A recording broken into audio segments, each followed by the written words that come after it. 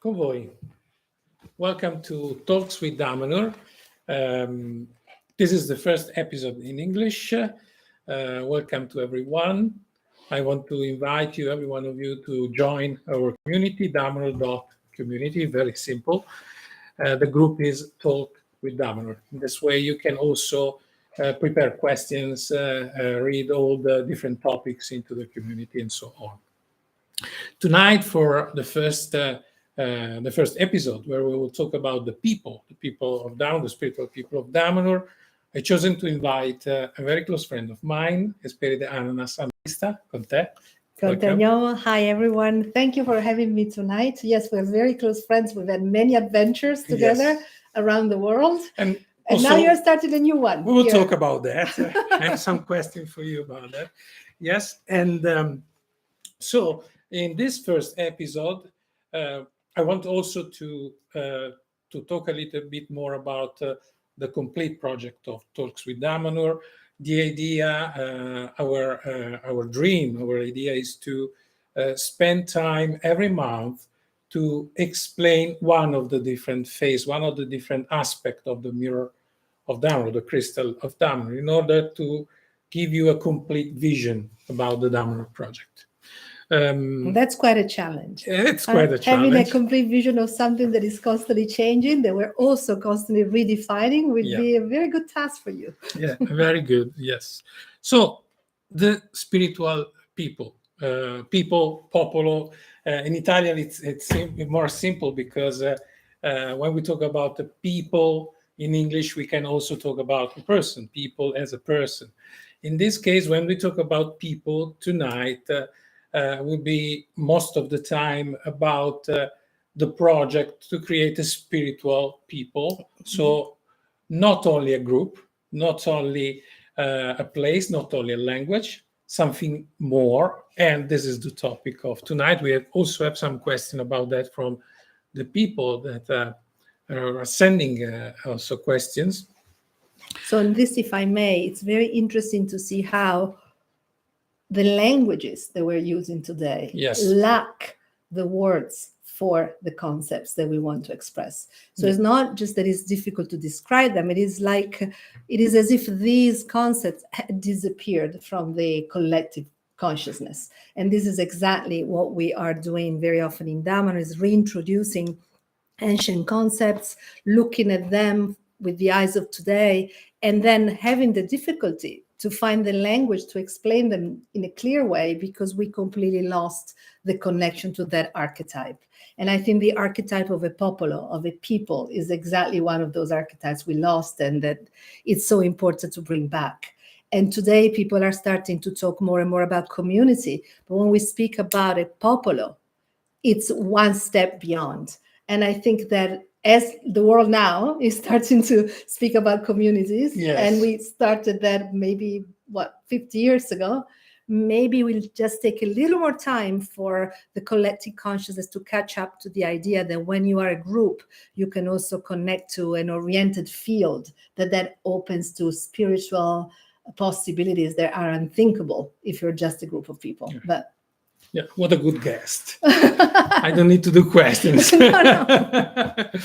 So I also wrote a very, very short biography about you. So about your story in Damanhur, because I don't only want to talk about Damanhur and the topics about Damanhur, but also especially maybe to talk about the people, the Damanhurians, because Damanhur is made by the Damanhurians.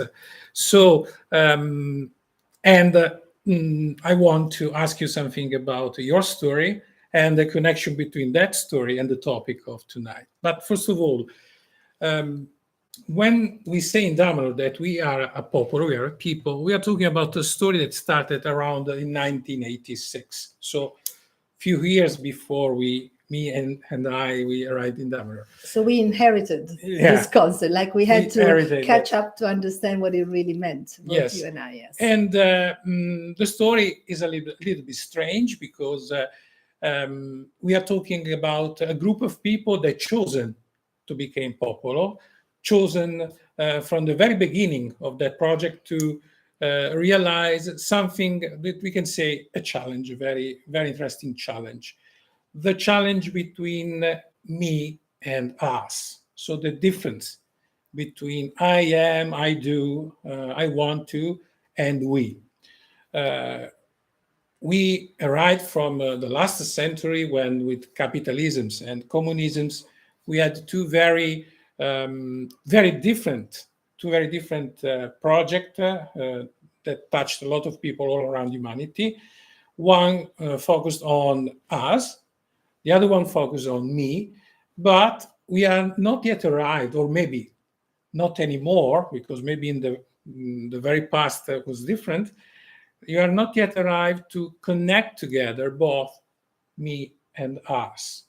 This is the topic tonight. When we talk about the people of Damanhur, we're always talking about this research, this challenge, about a group of people that they want to fix the fight, the suffering, the distances between these two aspects of humanity. They are both part of human being. I am and we are. Yes, so this conciliation of the space of the I with the space of the we definitely is at the core. And I think it's interesting to share also how the story of choosing to become a popolo came into being, because at least, as we said, we were not here when it happened, so we had to catch up. And what really made me understand this was seeing what was the unfolding of the process. So from what I understand, there was a time in which the founder of Damanhur, Falco, felt that the Damanhurians were ready for something more, for really understanding, embody something that would be more than just a group of people living together with a great project of community and spirituality, but seeing how they could extend their presence across time. Because when we talk about a popolo, we're basically talking about being able through others to expand our presence, not just to the now, but also connecting spiritually to the next generations and to the generations before, which is very clear in indigenous people, but we lost this concept. So Falco, at a certain point, started to stimulate this conversation, but he was not receiving the answers that he felt the Damanhurians could give. So at a certain point, he left. And this was the first time that he left, so that created quite a lot of alarm. And where did he go? And where did he live? Like everybody was alarmed for what they told me. And then he called. And he called and he said just one thing to the person that picked up the phone. And he said, "What is the question?" And then he not what is the answer, but what is the question? And which is something I really always loved in Falco, because he was always eliciting questions. He said, you have all the answers inside, so what you need is the question that opened that door, that space. So anyway, he calls Damanhur, and at that time there was only one single telephone in the community, right? One place. So the person who was there then picks up the phone, hears his voice, and all he says is, "What is the question?" So of course they all got together. They spent a few days, a few nights elaborating. Couple of days, night and day together, and then in a very small place. Because they had a deadline, Falco, they knew that Falco would call back to have the answer. And so then when he called back, the answer was, the question is, what is my desire? And that is what then opened the space for this idea of understanding that my desire is your desire, and it's just one desire, because we go together towards something which is higher than what I could do by myself. And that's how this whole process of the becoming a popolo started, which I think is wonderful, because it really underlines the importance of this conciliation. Again, as you said before, with the I and the us, it's what's my desire. But my desire can only be really fulfilled if we fulfill our desire together. And that is what opens the door to this expansion across dimensions. So the dimension of life and the dimension of the afterlife and the dimension of the before life, which are the same continuum. Yes. I want to come back to a previous aspect, not a previous aspect in the history, so in the chronological aspect, but talking about when you arrived in Damanhur. It was in 1992, correct? Yes, 1992. And you were not interested in Damanhur? Not really. Not really? I mean, no. Yes, I remember the story very well. I had a great life. I was very happy with my life. A great life in your life in Milan. Yeah, in Milan. And I felt the Damanhurs were great, but a little too rural for my taste. Yes, but we were struggling with a very important problem, facing one of the main important challenge of Damanhur, because the Temple of Humankind was discovered. Yes. We opened the temple, but because of the Italian bureaucracy, because of the Italian Catholic Church, the Temple of Humankind was in danger, in a very big danger. The danger was to destroy the temple. Yeah, or to be turned into a tourist attraction, which is what the local town wanted. Yes, the local town was trying to do that, to make money from that. So we were moving in many different directions. Of course, the political, the legal direction, with a lot of people were busy in that. But I think for the very first time, we had a lot of interest from outside of Damanhur, and so we had the need to explain Damanhur, to communicate. Actually, it was a little bit the opposite. Okay. So there was when talk about that. When I arrived, you were still deep into the secret. Yes. So I was the first person who was not a Damanhuria and not a police officer to enter the temples. And I was definitely not prepared.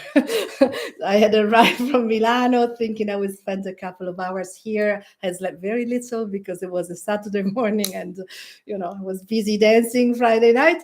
Anyway, I arrived. With Coboldo and Alce. Yeah, Coboldo and Alce and some other Damanhurians whom I barely knew, but they knew of me through a friend. And at the time, I was a very well-known PR in Italy. I was working with the governments and I knew all the journalists. Also for the European. This was before. I worked for the European Parliament and the United Nations before coming back to Italy. So at that time, I was well established in Milano, and through a friend of mine, I was invited to come here. And they didn't tell me why, but this guy that called me on the phone was really convincing. He then became my husband, but that's okay. So I didn't know that. Yeah, I didn't know at that time. But the whole thing is he convinced me to come. And so I was shown the temples. Then I was asked if I could help tell the world about the temples in a way that this story would not damage Damanhur, but on the contrary would help save and legalize the temples, because the only problem was that the temples did not have a building permit because it was impossible to get it. And so when I saw the temples for the first time, what really touched me, besides the beauty of the temples, that it was very interesting because I felt I was somewhere I knew, and at the same time, I couldn't understand anything. So I had this dissonance in me, which was very powerful and not easy to navigate emotionally. But what really struck me were you, like the Damanhurians, because I thought, who are these people? Why did they do this? What it is? What could be so strong that creates a group so cohesive that they spend at that time 16 years building temples in secret as a gift to humanity, convinced that they're going to be like the container of new spiritual energies that could orient humanity towards awakening. And these were things that I had never, ever encountered before in my life. So this feeling that you were a people, a popolo, with this incredible vision, with this incredible glue that was holding you together, is what then eventually convinced me that there was no better place for me to be than here, as I'm still here. Yes. 30 years later. And also, it was also one way to express and to show to the world this effort to create a Damanhurian way of life, but also the Damanhurian way of create arts. The temple was also the canvas where this art was shown, giving the feeling of a people, of a group that is not only a group.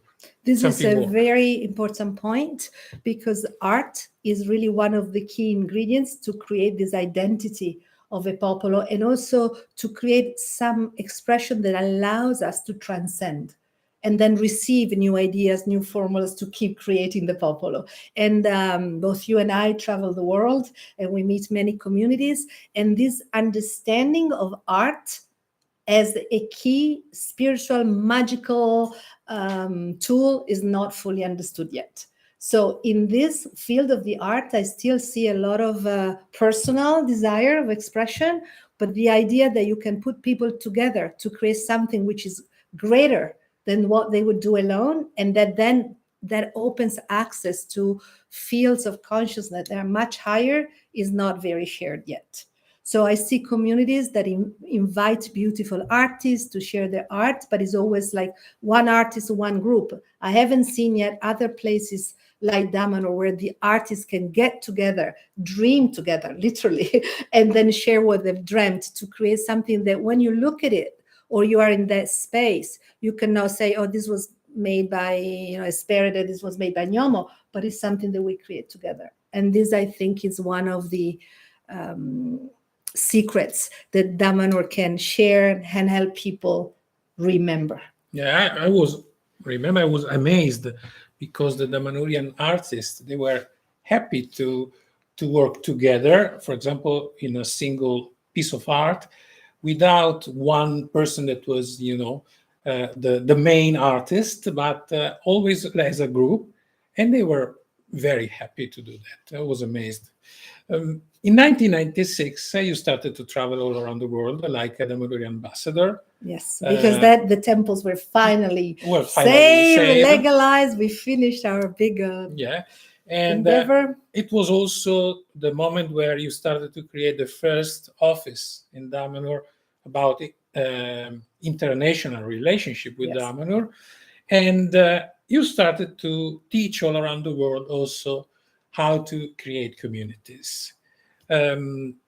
Here we have one of the very interesting aspects of the people of Damanhur, that is the fact that this is an intentional people. So it's not a people because we started to live together, we had the same coin, the same language, or the same parents, but because we chosen to create that aspect. Can you say a little bit more about that? This aspect to create a people in this age because of a strategy. Yeah, so one key thing that you said for this, I would say, is the relationship with the land. So in our formula, it's very important to have at least the core community that is connected somehow to the land, because it's only in the relationship with nature and its forces that we can complete ourselves as spiritual beings. So it's fundamental, if you want to have a popolo and not just a group, to start listening to what nature is whispering to you, what the trees around you are dreaming, and to recreate a sacred connection with them, with nature, with the tree, with the land, and all the forces that inhabits it. Because otherwise, only an online community is not enough to be able to create this connection with the beyond, as I said before, with the full extension of time and the dimensions in which we live as human beings. And then for sure, the other thing is the ability to share life together, because even though we in Damanhur do not have common parents, but now we are a third generation of children, so we are creating also new bonds, we are creating new families, we are creating a new relationship with the land. And in creating a relation with the land and generations, one thing that is very important to create a popolo, in our experience, is that also being connected to the cosmic rhythms. So we have our life with the rhythms of the solstices, the equinoxes, the great solar rhythms, how the sun and the earth dance with each other. And then, of course, the lunar rhythms of the moon, the more feminine aspects, and reconnecting to those aspects outside of us also makes it possible to recreate them inside of us. And this is ancient wisdom that you find in every indigenous people. And this is very important that we, as new persons that want to create a new popolo, now it's difficult with the language, we need to reconnect to understand that we're always part of a much greater dance that is not that of our life only. Yeah. And always talking about your story in Damanhur, you touched very important key now, because talking about the indigenous people, talking about other people around the planet, today we are in danger to lose a lot of traditions. And you are one of the people that are busy to work around the connection between the Damanhur people and other people all around the world. So, in a nutshell, the Damanhur people is not designed to be closed in himself, creating a sort of, separate world, but the Damanhur people is open to create bridges and connection between all the people around the world, and also to save the tradition of the people. Can you say a little bit more, because this is something you are working a lot? Yeah, this is something that this and trees are the things that touch me mostly. Yeah. The relationship with trees and the relationship and also the plant world, because and maybe it's been a lot of my ritual work with trees that led me to a better understanding of the importance of the tradition of indigenous people. I think they're two sides of the same thing. But the Popolo of Damanhur, we're new, right? Even though we connect to, we are young. It's a new Popolo. We are young, and even if we connect to very ancient knowledge, we do not have a big mark in the line of time. So it's very important for us to connect to peoples that are holding very ancient tradition and knowledge. But what we have a lot of is energy, is spiritual energy. So it's important for us also to serve these peoples. And what we do it our own way, which is a magical spiritual way. So connected to the Temples of Humankind, we've built a special place. It's a spiral at the moment with thousands of crystals on it. And we invite indigenous elders and shamans to come here, perform their ceremony in that spiral. Their own ceremony, whatever they want, whatever they feel is significant for them. And then as they walk this spiral, they can choose one of those crystals and make a copy in this living library of the wisdom of their people. So not individual, but the legacy of their popolo. And then we use the energy of the temples to constantly broadcast this on the world. So we are supporting this renaissance that we're seeing now everywhere of their values. Because if we do not bring back their values, we have no future.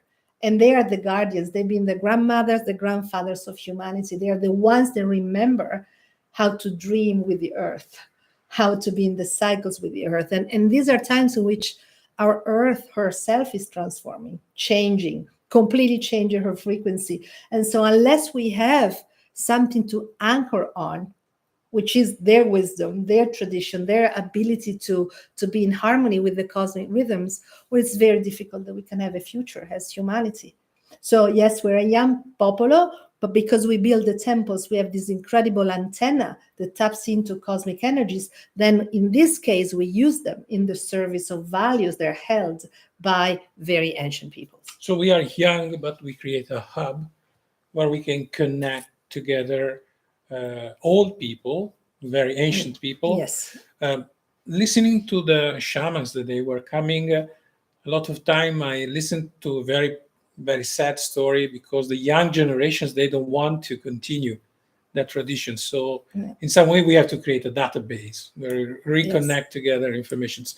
And also, if you want to talk about this particular point in a more magical way, there is a part of this project that can help them also reinforce the spiritual bubble around their own values. It's always an exchange.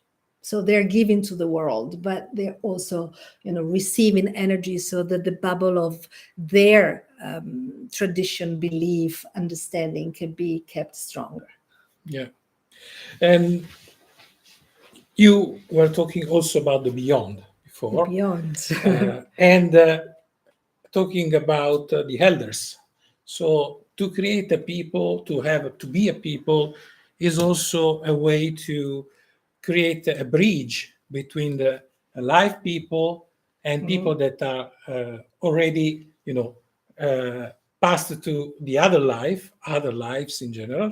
You are also teaching all around the world the past life courses, so you know very well what you're talking about. How the creation of a people can help humanity to reconquer this connection with the beyond? This is a very interesting question because it's actually twofold. Like you also wrote books about that. We can look at this from the two aspects. So this cohesive spiritual structure helps recreate the doors and also the pathways. So when we die, that part of us that will then continue, if that's the case, with a new reincarnation, will find itself in a place which is not physical like this physical, but it's a place that is defined again by the continuous thoughts, love, and the rituals of the people there in this part of the beyond. And then the more of us die, the more they're there, the more this connection becomes strong. A citadel, like protected space. And this is, we look at this from this side. And there is also the opposite, because in order to create a popolo, you need first also to be able to reopen certain doors in the beyond. And this is not by accident that all indigenous people had the cult of the ancestors, because you always need somebody on the other side to be able to open the door. You open it from both sides. So you cannot just do it from here. So it's necessary to have someone, and there is always someone who's a psychic, someone who's a medium, someone who has more sensitivity to, the subtle forces of life. Now these people are everywhere. A healer, someone that can feel. How do we reopen these doors? And in most cases, again, this is done through the trees. So this is done through a relationship with nature. You cannot have a relation with the beyond unless you have a relation with nature. And this was well known also in our Western tradition. I mean, all the way up to the Romans, they had sacred groves, right? Where they would go and hold the memories of their ancestors. The trees are the intelligences on this planet that hold our memories. And in the beautiful Avatar movie, the first one, they represent it so beautifully, right? With the tree, is the tree that holds the voices and the memories of the ancestors of all the people of Pandora. And what about the rumors that I remember when the Avatar, it was about people, writers, that they were inspired by Damanhur. Yes, this was said by certain sociologists that were studying us, and they also studied very well the process of the movie. For sure, Cameron spoke of an influence with the Navajo and some people of the Amazon. Yes, that's for sure. So that's what he talked about. And yet, yes, there are many, many things also in common with us. So why not? Because I cannot say for sure we should ask. It was a period where you were coming to Damanhur, bringing to Damanhur also many people from the United States. Absolutely. There were lots of people, writers, directors that came here in those years. So I hope there is always, we don't know in which rivulets all our ideas can move. Yeah, let me check if we have some question from the people. Okay, we have several questions. We also have to enter a little bit more in the practical aspect of the Damanhurian people. So how to join the people, what means to be part of the people, but we have time to do that. And then maybe that you could help people with telling them where they can link and where they can read about everything. Marion, she's asking. Marion. Yes. Isn't she's planning for visit Damanhur, and this summer.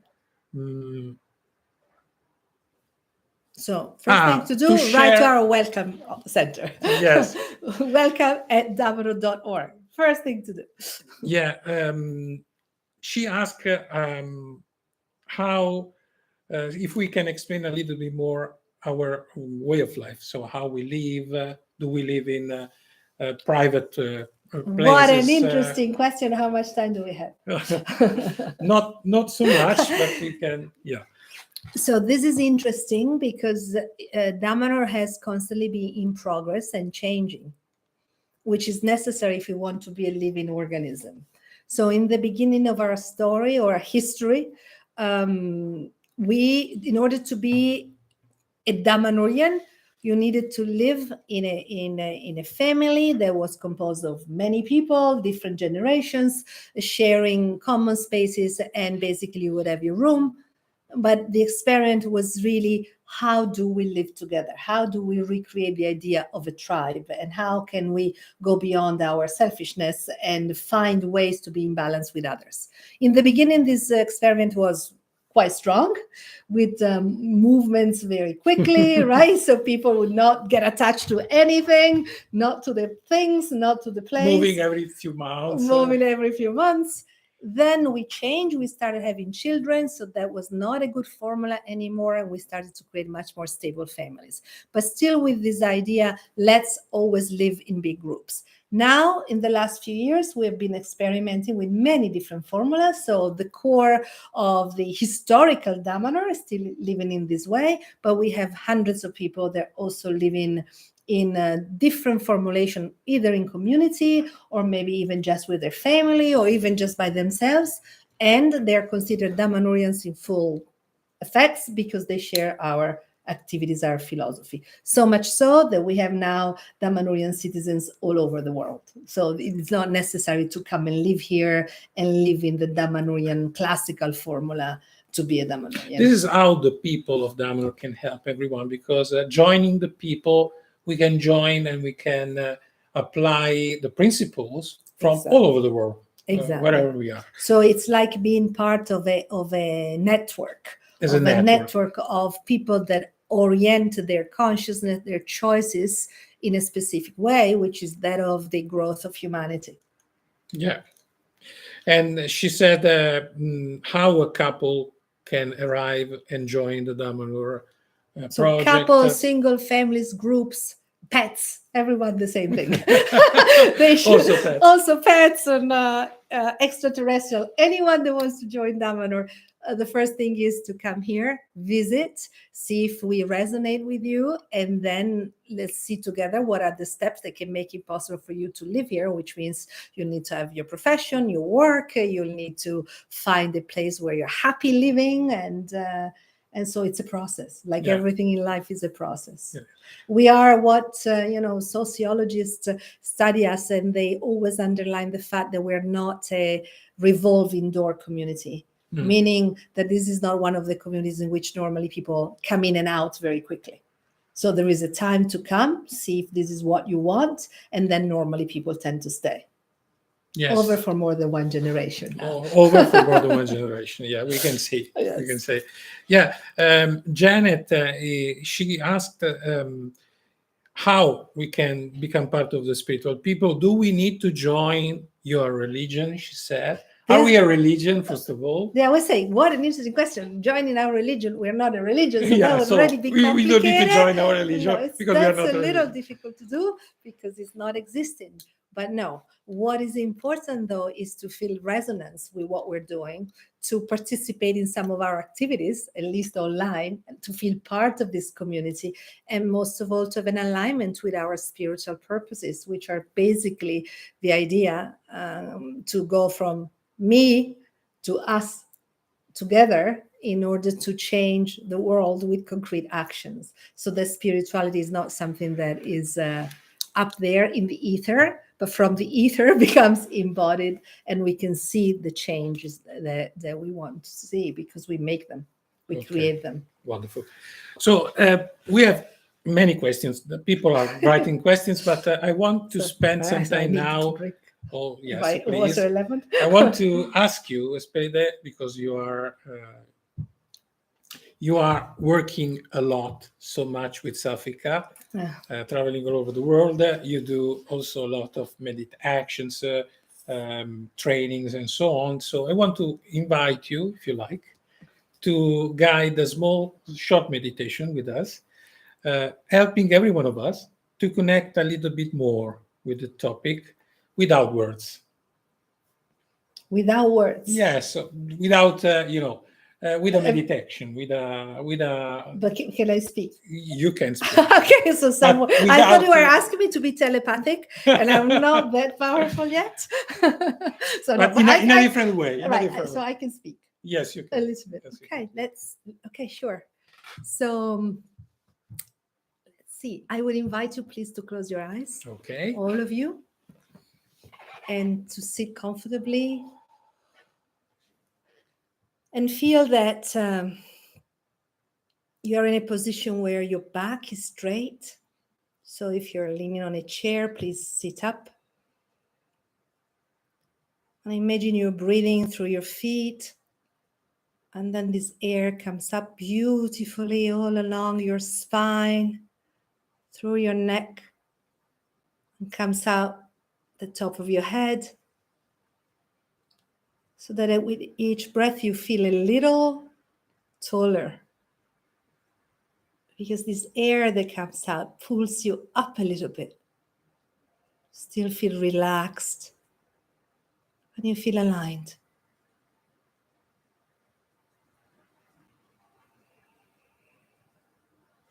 And just observe your breathing. And so imagine now that your feet are resting on the earth. Imagine you have no shoes, there's no floor. And you become much bigger. So that the earth is like a beautiful big ball under your feet. And you become a little bigger. And so your head is up high in the sky. And feel this connection that you are. A point of consciousness, of presence between dimensions. Up in the sky, connect to the dimension of ideas, inspiration, dreaming. And with your feet on the earth, connect to action, to time, history.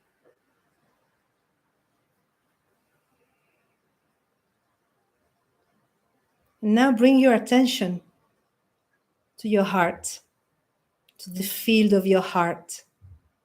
While you're still connected to the earth and the sky, expand your consciousness more to feel also the field of your heart.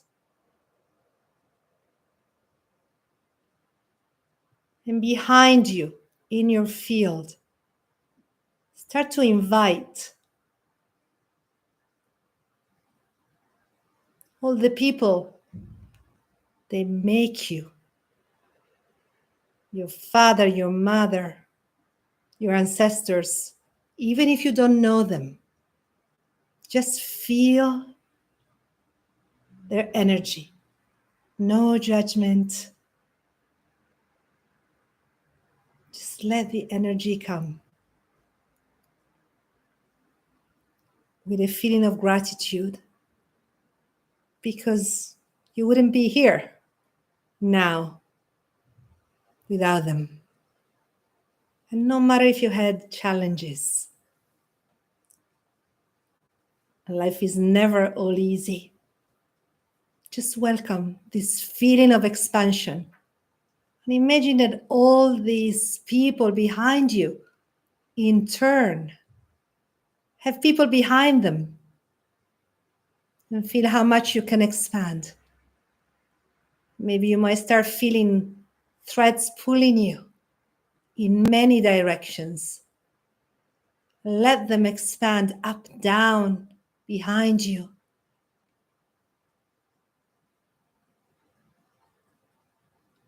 A little more.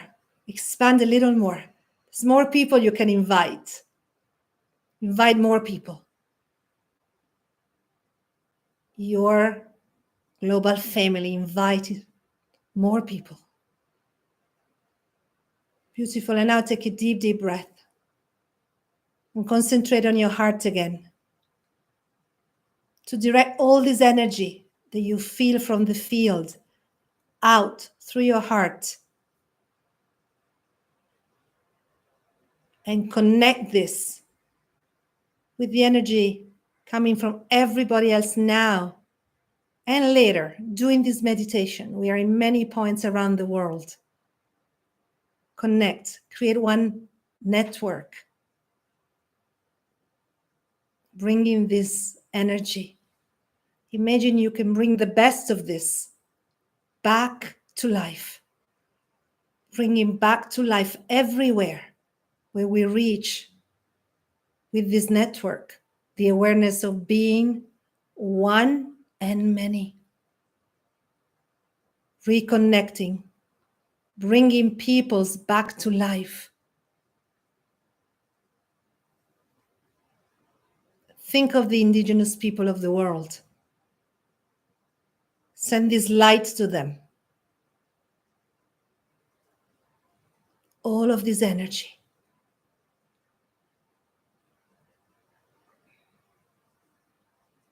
Expand a little more. Breathe a little more.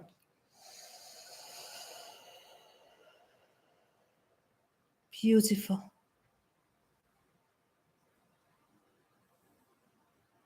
And now, little by little, breathing gently. Bring this sphere of energy that you've created back to you. Travel back, close to your physical body. Travel back. Enjoy the journey too. This movement. Perceive your field. Getting closer to your body again.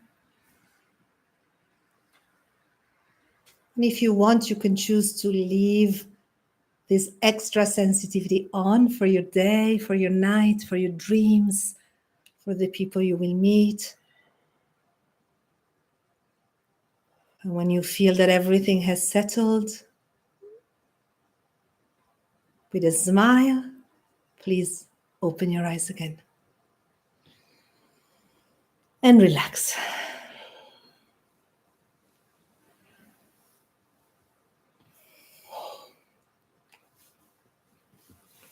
Wow. So it's good. Thank you very much. Oh, I'm coming back. I'm still coming back. Okay. Wow, wonderful. Thank you. Wonderful. It's so always spiral, such a big spiral in front of me. It's always a surprise because when I enter this field, and you mentioned Selfica, but we haven't explained what it is. Yeah, right. A little bit more. So maybe 1 minute to say, because if you've experienced the field of energy, that's the field that we were entering. It's a specific field of frequencies that in Damanhur we call Selfica. I've been working with these intelligence energies for many, many years. So they allow me and us to enter spaces of coherence. They're very palpable, very real, and that allow us to feel the potential when we just choose to expand a little more. So it's like a very controlled way to be in an altered state that we can control and induce just by thought, breathing, and intention. Wow. Thank you very much.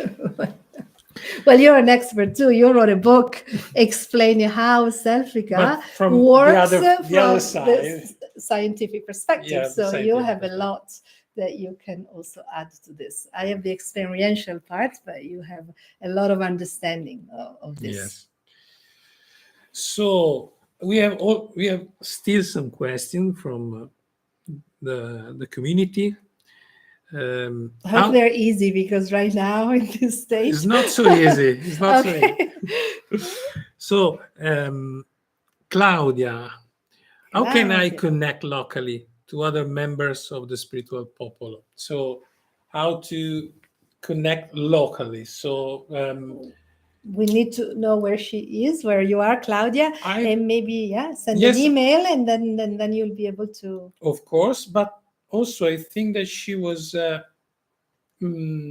pointing up about locally because, like to say, to do something in practice for the people. Do I need to be there in Damanhur? Do I need to be here in Damanhur, or I can do something for the people where I am all around the world? Again, I think that connecting to the community would be the first thing, because then you find all the different initiatives that are being promoted. Damanhur, very simple. Being promoted for the people that feel this resonance with us. And there are many projects. For sure, there are projects connected to trees. There are projects connected to spirituality. There are other things that I'm sure will be posted constantly on the community. So I would say that's the first thing to do. Yes, yes. And then you will also know if there are people there near you where you can join them. Yeah. And okay, another one. Hello. Would you talk about how to become a citizen? I'm already part of the Popolo, and especially the way to Medit Action. Thank you. Okay, again, of Medit Action. Medit Action is our initiation school. Yes. And these talks are under this umbrella, right? So I would say this is a good beginning, and then right into Medit Action. Meditaction.org. Maybe we can put all these emails I on think the community. We will put right? everything in the chat. So this is easy. Of course. Yes. Thank you very much. We have Bertuccia with us. She's working. Yes, our wonderful technical, spiritual support. In the other side of the camera. And of course, all this project of Talks with Damanhur was designed to help people to enter into this field of Medit Action before to join the Medit Action, in order to have a complete vision, in order to have a way to enter a little bit more into that specific aura of Damanhur. Because Damanhur is really very complex. So this is like me speaking to you. So if I could give you a little piece of advice, I would say, don't be in a hurry. Enjoy getting to discover the different aspects, and we'll do our best from our side more and more to have more of these talks, to have more initiatives that everybody can join, but really savor also the process. And then, of course, come here because it's very important to come visit once the mothership, to visit the Temples of Humankind, to feel these energies, and see what we can do here also to help you reawaken your memory of who you are and why you're here. And before you can come here, stay tuned to everything that is happening online. Yes. And Steve wrote, I joined the Popolo Spirituale 4 years ago, and I found its principle a tremendous aid in my spiritual growth. Thank you, Steve. I'm coming to Damanhur for 37 days in July and in August. Thank you very much, Steve. And Mark, are there yearly gatherings of the spiritual Popolo, of the spiritual people? Yes. We have one big yearly gathering. Yes. More? Okay, yes, so because of course the people's always photograph. the last Sunday of the last Monday of August, we take a picture. Yeah, a family picture. If you go online, you can see the family picture with thousands of people. Thousands of people that say cheese. We have, I think yes, here. I don't know if the camera. Yeah, you can. Yeah. So we have every last Monday of August every year, we gather in the mill in the open temple, and we take a photo of all of us together. And what is really interesting in these photographs is you see the people, of course, from 1986. So we have many pictures. Many pictures. But what is also very interesting is that we always have the flags. Yes. And very often when I am of communities, teaching about communities, people ask me, why is having a flag so important? Yeah. So maybe we can talk about this a little bit. Yeah, we can. 1 minute? Yes, we can. So it's very important to create symbols around which we can identify. So in Damanhurian flags, very often we use Damanhurian sacred language, but you can create your own without needing that, but put in something where everybody that is part of that specific group can identify. So there is a reason why that color, there is a reason why that shape, there is a reason why maybe there is a writing. because in that everybody knows what is the ideal, what is the direction that we've chosen together. And then, of course, the flag is meant to be in the air. So you have, like, the Tibetan prayer flags, the idea that your ideals and what you want to transmit is constantly energized by air, and the wind can take that message around the world, because we are all breathing the same air. Yes. I don't want to think how old the air I'm breathing is, but yes. And the other gathering is we are very close, because every year the 29th of May, of course, sure, we have the birthday of the Damanhur people. We started because we were celebrating the birthday of our founder Falco, and he said maybe the best is to celebrate the people, not me.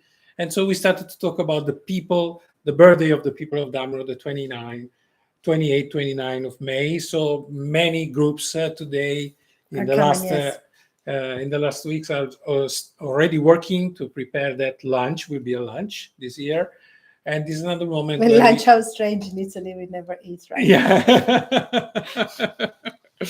Yes, and a moment of celebration together of that moment. So twice a year we have two main gatherings, main gatherings. Yes, and maybe we'll add more. And maybe we'll add more in the future. Yeah. Stephen, I think this question is specifically for you. For me. Stephen asked, can you say more about the Temples of Concordance? Thank you, Steve. So in this, and what stage are you in building it? What a good way! Yay! So the Temples of Concordance is the name that we have chosen for the moment, because maybe once they will be built, something else will be revealed to us. But the idea is that Concordance as this higher octave of agreement, of harmony among peoples, that will be the complete project of the new development of the Temples of Humankind for the indigenous people. So at the moment, we have this spiral with crystals that the shamans, the elders use for their ceremonies, but that is like the beginning of a much bigger complex that will contain parts for meetings for them, which is what we call the Parliament of Peoples. And all of that, because of the sacredness and the importance of this, of of protecting and bringing back to life, rediscovering the importance of indigenous teachings, will be in a temple. So we call them the Temple of Concordance. Yeah. But and where are we at the building? Okay, it took us, how many years was it? Nyamo, 25 years of bureaucracy to get permits. More than 25. More than 20, yeah, 27. 27 years just to get the project approved. And it's crazy what we had to do. Very, very fast in Italy. Yeah, very quick. But it's also like a very incredible project. So, we had to conduct... It's very big. Yeah, we even had to conduct studies on the flight of birds and butterflies to make sure that a building like that inside the forest where they would be built would not disturb them. So it's been also a very interesting study to understand, better what kind of flora we have in our sacred woods. Yeah, and the other interesting aspect of this new temple is that there is a difference between the temple. Yeah, we don't have to excavate this one. Because we don't have to excavate. Yeah, this will be built on two big abandoned quarries. There are two big holes. So actually, very big. It's going to be a project of reclaiming the pristine state of the land. But it's still planting also. Yeah, planting lots of trees, but it is still kind of a crazy. And that's project. why it's a complex project. Yes. That's why. So we started a little bit late because of some internet problems, so we can close a little bit late. Okay. Okay. So we have time for some other questions. One more, maybe. Maybe one more question. Iliana, I'm curious about your animal names and specifically about your name Gnomo, or my name. Okay. Gnomo. Why did you choose this name? No. Why do you want to be a gnome? No. So first of all, we chosen from 1983, 82, 83 to have animal names. After that, we started to have also plant names. You are ananas, the second name, pineapple. My name is orzo barley. And the animal name is a way to connect us with the spirits of the animals, because we have to reconquer our connection with the rest of the species of the planet, because the human being arrived today to the idea that we are the master and commander of everything, but we are not. And the weather is showing us all the different aspects. We are the challenge of the weather and the climatic change today is showing us that we cannot continue to destroy the planet, and we have to reconquer our connection with the rest of the species of the planet. So that's why we usually choose a name, an animal name. My name, Gnomo, in my idea, when I started to do some research, I discovered that in Damanhur was also possible not only to take animal names, but also name of nature spirits. So gnome and elves and other. And I was, because I love Greek and love the Greek tradition, I was very intrigued by the idea of a name that was remembering also one Greek word. In this case is the idea of knowledge, so gnomo, gnosis.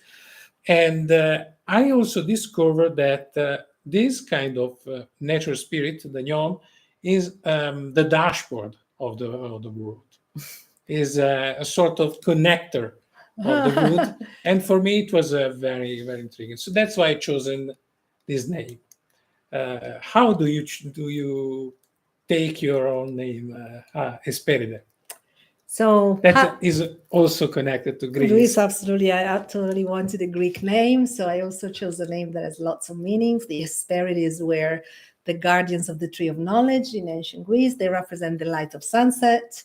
And so it's also a large family pink and yellow. Yeah, exactly. The golden, the red, and the blue. That we enjoyed together in Santorini. Yeah, so much. Yeah, well, you see, there's still millions of people around the world that actually adore, worship the Hesperides without knowing. So I think it's a cool name. But it's also a large family of butterflies that only fly at sunset.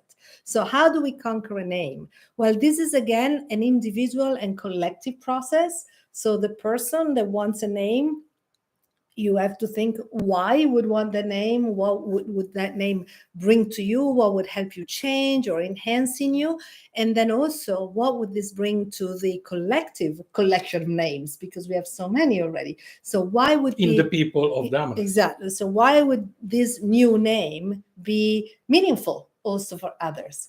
So then there is a whole process in which you go around many people. So we have to make sure you create enough connections with enough Damanhurians. I think it's at least 100 Damanhurians. You have to ask for an offering of their time in something meaningful for the community, and an offering also in money, which is again a term of value of your time to produce money in order to support one of our projects. Typically, normally it is the temples. When you have enough, then you have a collective moment in one of our meetings or one of our celebrations in which we go on stage and say, this is the name I want.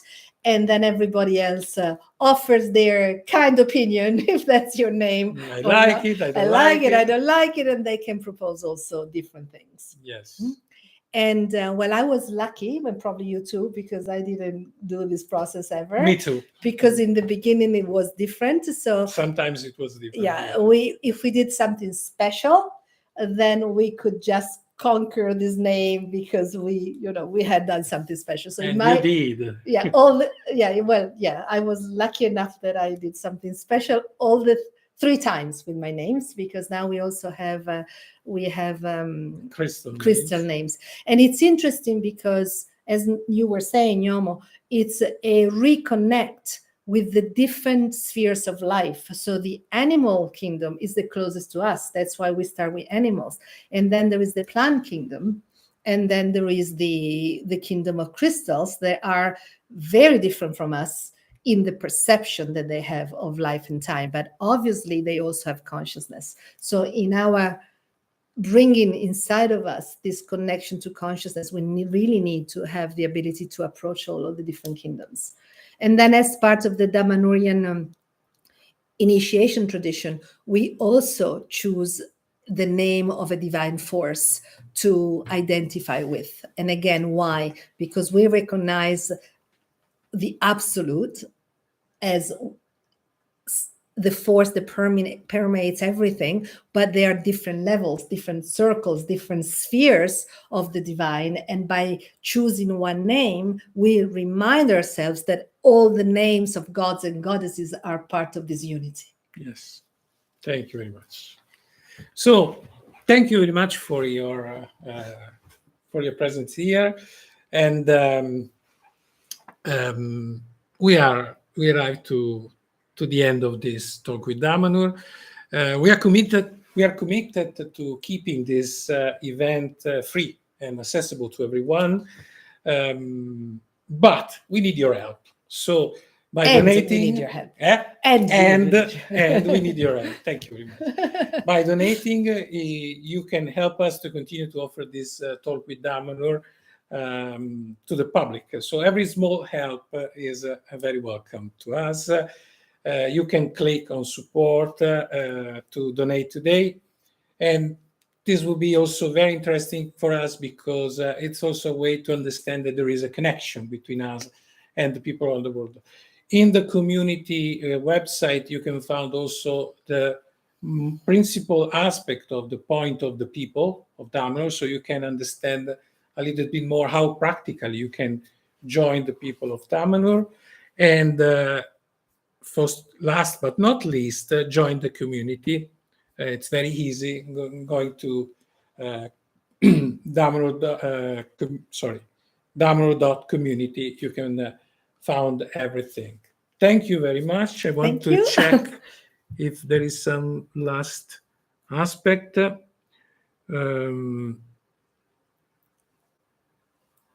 One last question. Is it possible? Okay. Jean-Louis, Jean-Louis, could you explain more about the importance of connecting with the spirit world through connecting with the trees? So a connection between the trees and the world of spirits. Wow, this is not it's not easy. More than easy, it's complex. Yes.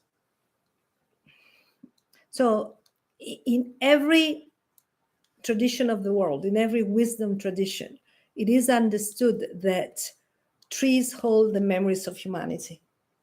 So a part of our soul is actually in the trees, or better, the trees are a part of our soul. And if we do not start to feel this again, we keep feeling that trees are just living beings, but lesser than us. We cannot fully tap into our own potential. Yes. So to explain this in a simple way, but it's not so simple, but simple way. If we think of the Lord of the Rings, there is a story in the Lord of the Rings which explains one of the ways in which also in Damanhur understand the reality of our earth. So in Damanhur, we speak of 3 mother worlds, and this is also an ancient Greek theory. But the idea is that the earth that we experience today as humans is not complete, like the vibration is not complete. There is a split. And so there are 3 different vibrational states of the earth. They are not fully together. Also in physics. Also, right. Okay, also in physics. So in one of these vibrational states, that's the one we experience, we as human beings are the ones that are holding this function of being the bridge between spirit and matter. There's also other species, but to make it simple, let's think of us human beings. In another vibrational state, it is the trees. In another vibrational state is the nature spirits. So we go back to why it's also important to have names of nature spirits. Sure. Tolkien talks about this in The Lord of the Rings when he talks about the Ents, ENTs, which were the trees that fight with humanity, but then at the end of the battle they say, we're going to die because humans will forget who we are. So we were forgetting their spiritual potential, their spiritual wholeness. And the elves need to leave the dimension in which humans live because it was becoming too polluted. Because humans were having thoughts that were creating such dysmorphic fields that the nature spirits could not live in them. So this is a beautiful way, with a wonderful story, to explain this separation that we've had. This is why it's so important now to bring back the awareness of the fact that we need to find our soul in all of these three different kingdoms and bring them back together within us. Thank you very much. And we have to slow down if we want to connect with the planet. Absolutely. And to connect with the trees, we need to slow right down. Thank you very much again. Thank you. This was the last one for you. It was actually the last. And see you next time. Connect, join the community, and see you very soon for the second episode about do we need a master? Con voi. Con voi.